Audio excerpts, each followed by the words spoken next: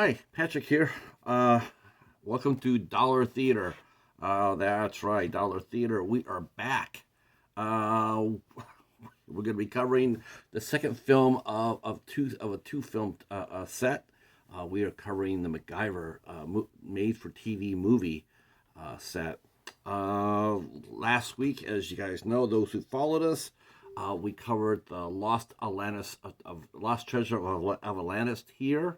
Today we're going to be talking about Trails to Doomsday. So this also came out in 1994. These movies were made back to back, and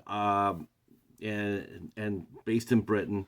And this adventure, which stars Richard Dean Anderson. Again, he is solo in these two movies.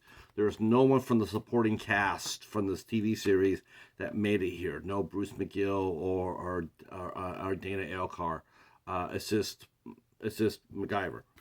That probably had to do with budget concerns, I'm sure, at that time.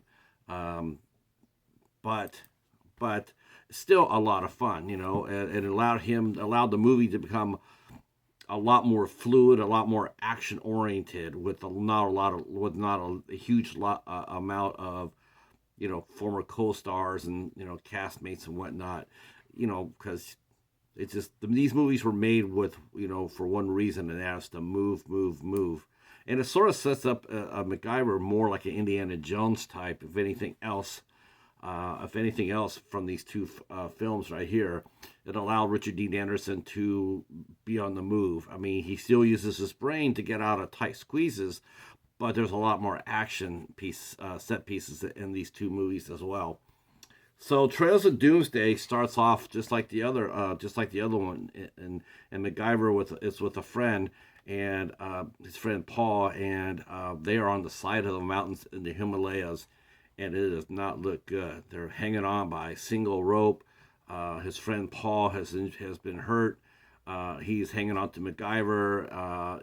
He tells him that the rope's not going to be able to hold the both of them up to let them go. And of course, MacGyver says that's not going to happen.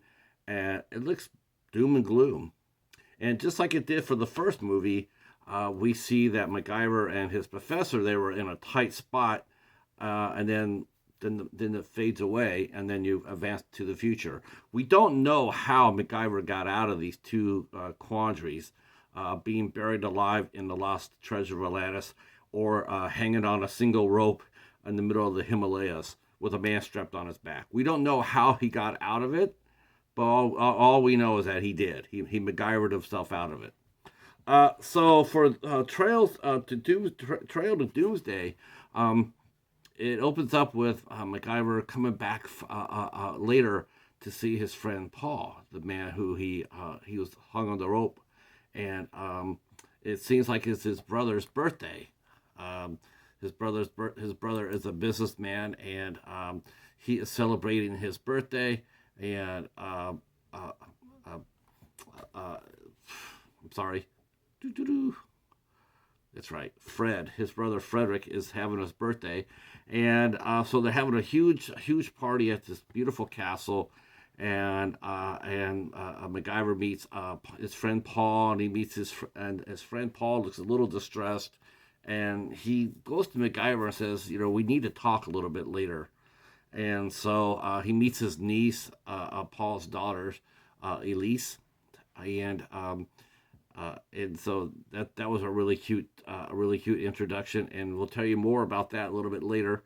But suddenly, all of a sudden, the birthday party is cut short by a armed raiding party. A bunch of men have come in there, and they are looking to cause all sorts of havoc. And during the whole, everybody thinks it's after Frederick, because he's very, very rich and very powerful, and it looks like to be an assassination attempt on Frederick.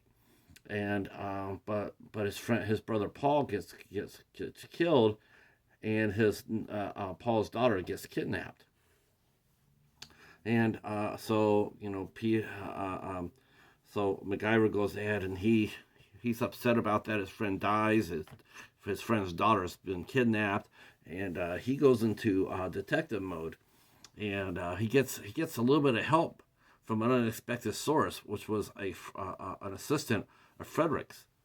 Frederick has turned around to back MacGyver's play. He says, whatever you can do to find the killer of my brother, you are more than willing to do that. Whatever you need, you have my considerable resources to go get it, including here.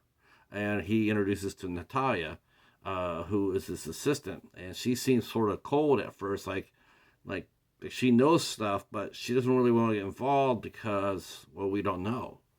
And MacGyver and her, we end up talking, and we find out what Natalia's secret is. That is that she was a former KGB agent who is trying to get away from that. That's why she came to England for. She's here. She's here to start a whole new life. She doesn't want to go back to it. Even though it does seem like the people who are behind the killing of Paul, they seem to be wanting to drag her into it anyway because they have thoroughly thrashed her apartment. So MacGyver and her team up. They team up to work together, but they also have to avoid Chief Superintendent Capshaw from the British police, who's also has a very much vested interest in this case, a high-profile murder and kidnap. Yeah, he needs to make that happen, and he needs to solve the case. And the fact that Chief Capshaw and Frederick Moran are not friends does not make it any easier. So you gotta dodge the mystery killers, an angry police chief, a reluctant ex-spy. There's a lot of obstacles for MacGyver to go through, and when he finds out what Paul's secret is, what Paul was working on, it kicks everything up to a whole new level. And now he only has a matter of time to solve this mystery before disaster hits. And I do mean disaster. All right. So let's talk a little bit about Trail to Doomsday. First thing I'll tell you right off the bat about Trails of Doomsday versus Lost Treasure of Atlantis is Trails of Doomsday is much darker. I was actually surprised to see this was a MacGyver movie. I mean, there was actually there's a lot of action here, but there is a lot of violence for this movie. Surprisingly so. A lot of people die in this movie. I was sitting there going like, am I watching MacGyver or am I watching Indiana Jones? So a lot of people buy the farm in this movie, and it's interesting. Of course, nobody by MacGyver's hands. He doesn't carry weapons, though it's one of those things where it's like that old saying from Tom Selleck movie Quigley Down Under, where Quigley's down there says, I said I don't have much use for a gun. I didn't say I didn't know how to use one. And you got that sort of sense, the same thing with MacGyver. It's like, he doesn't carry a gun, he doesn't believe in gun, he doesn't really try to believe in violence. But you also know, too, that he already knows that. He could probably strip field and put together that a rifle in the dark. But he just doesn't use it. So he uses his brain, and so him and Natalia are crossing all over Britain trying to figure out this mystery. Natalia gets killed in trying to help him. That's not good. The chief inspector seems to be having it out for us. Not only Frederick Moran, but now he has it out for MacGyver. So a lot of action, a lot of violence in this one. But it's a fun movie. It's absolutely fun. The cast for this movie is a lot well known too. I recognized instantly two names right off the bat. This is one of Lena Headey's first roles. Lena Headey plays the daughter of his friend Paul, who was killed, and she's got curly hair out to here. She looks like I think she was probably, I think she's probably 24 at the time that this movie is made, maybe 25, but she looks like she's 18. She's really, really cute. Not the same Lena Headey that we'll end up meeting down the road in Game of Thrones, or Sarah Connor Chronicles, but still very, very charming. And the chief inspector is played by Alan Armstrong, and instantly recognized him right off the bat because he was Stephen Summers' go-to guy in both the Mummy Returns, and also Van Helsing, where he played Van Helsing's the head Jesuit. So that was really cool, seeing some familiar faces there years before we saw them in their bigger movies. Um, the pacing in this movie is quick. The writing's quick. This is actually a better movie, quite honestly. This is the better of the two movies that came out. Not to say Lost Treasure of Atlantis is a bad movie. It's just that Trail to Doomsday is a lot better movie, and one I enjoyed very much. And so that will wrap up our look at the MacGyver series, TV made for TV movies. I had a lot of fun reviewing these. Hopefully, you'll have a lot of fun watching them. And please hit the like button. Drop a comment down below. Tell us your favorite MacGyver story, both the old series and the new series. We want to hear them both. That would be fun. That would be fun. If you're new to the channel, please consider hitting the sub button. Of course, dropping comments down below is also welcome, and I appreciate that. And I started a new series on the channel called Revisit the Review.